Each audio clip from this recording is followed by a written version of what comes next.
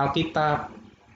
Dulu, penderita kusta tidak boleh ada di tengah-tengah keluarga dan masyarakat. Penyakit kusta ini itu merupakan penyakit yang paling ditakuti di dalam Alkitab. Ada yang menular dan tidak dapat disembuhkan, bahkan dapat mengakibatkan kematian. Tetapi ada juga yang dapat disembuhkan.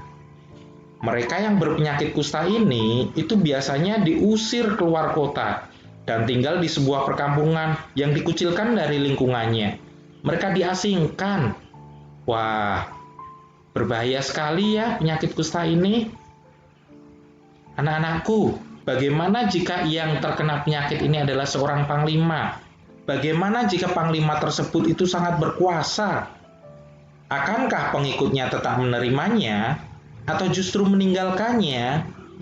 Nah, kita akan belajar nih kali ini tentang seorang panglima. Namanya adalah Naaman.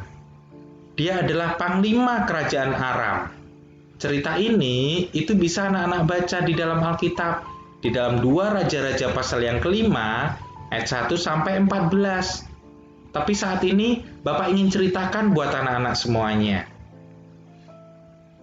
Anak-anakku, Naaman tadi itu adalah seorang panglima Raja Aram. Aram ini itu terletak di daerah sebelah utara Kanaan, jadi di dekat kerajaan Israel. Dan kerajaan Aram itu dipimpin oleh seorang raja. Nah, di dalam Alkitab, nama rajanya sendiri tidak disebut secara jelas. Tapi yang ingin kita pelajari di sini adalah panglimanya yang bernama Naaman. Naaman ini itu luar biasa hebat.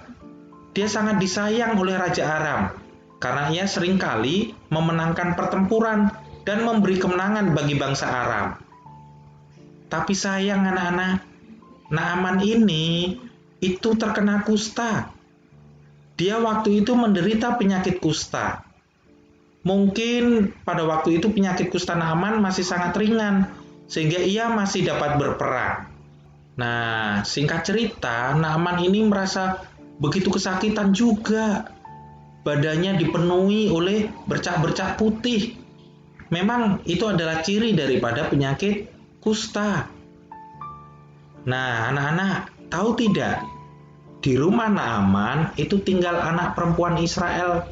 Anak perempuan ini itu merupakan hamba daripada istri Naaman. Dia bekerja di rumah Naaman. Anak perempuan ini itu sangat berani dan beriman ketika ia mengusulkan agar Naaman pergi ke Samaria untuk menemui Nabi Tuhan yang bernama Elisa.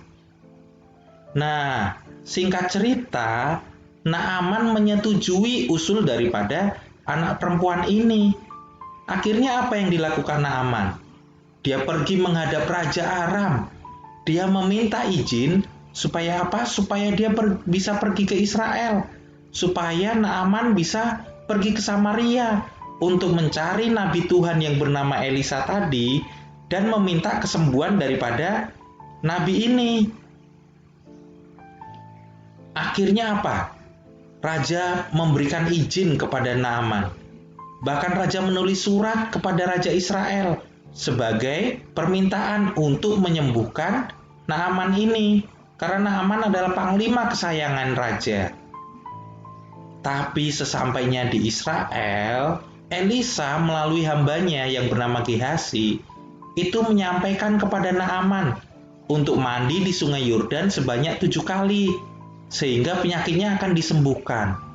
Nah, menyikapi perintah yang sederhana ini, Naaman bingung dan bertanya-tanya.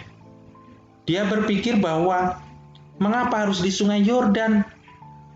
Kan sungai-sungai di kerajaan Aram lebih baik-baik, lebih bagus-bagus, lebih bersih-bersih.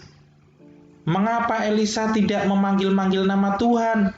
Atau mungkin menggerak-gerakkan tangannya sehingga penyakitnya sembuh? Mengapa kok malah disuruh mandi ke sungai Yordan sebanyak 7 kali? Namun, prajurit-prajurit Naaman membujuk Naaman supaya Naaman mau untuk mandi di sungai Yordan. Mereka berkata bahwa Bukankah jika Elisa menyuruh sesuatu yang sulit pun, Naaman pasti akan melakukannya? Dan ini hanya disuruh melakukan hal yang sederhana. Tidak ada salahnya Naaman melakukan. Singkat cerita, Naaman melakukannya. Dia mandi di sungai Yordan. Sekali dia membenamkan dirinya tidak sembuh. 2 kali masih tanpa perubahan. Sampai akhirnya begitu yang ke-7 kali, wow, luar biasa. Naaman menjadi sembuh. Nah, anak-anakku semuanya, dari kisah ini kita dapat belajar bahwa Naaman, walaupun seorang panglima yang besar dan bisa mengalahkan banyak musuhnya, ternyata tidak mampu untuk menyembuhkan penyakitnya. Hanya satu yang bisa menyembuhkan penyakitnya, yaitu Allah. Allah lah yang bisa menyembuhkan penyakit. Dia adalah Yehova Rafa, Allah yang menyembuhkan. Hanya Allah lah yang bisa menyembuhkan penyakit, termasuk juga penyakit Naaman. Nah, anak-anakku, dari kisah ini tadi, kita dapat belajar bahwa Allah adalah sumber pertolongan kita. Tidak hanya menolong ketika kita sedang sehat, tetapi juga ketika kita sedang sakit.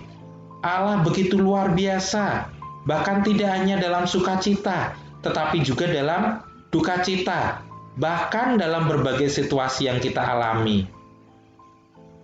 Anak-anakku, sehebat apapun manusia, kita tetap adalah manusia yang penuh dengan keterbatasan. Oleh karena itu, pertolongan Allah sungguh kita butuhkan. Dan pertolongan Allah itu akan menunjukkan bahwa Allah tidak pernah meninggalkan kita.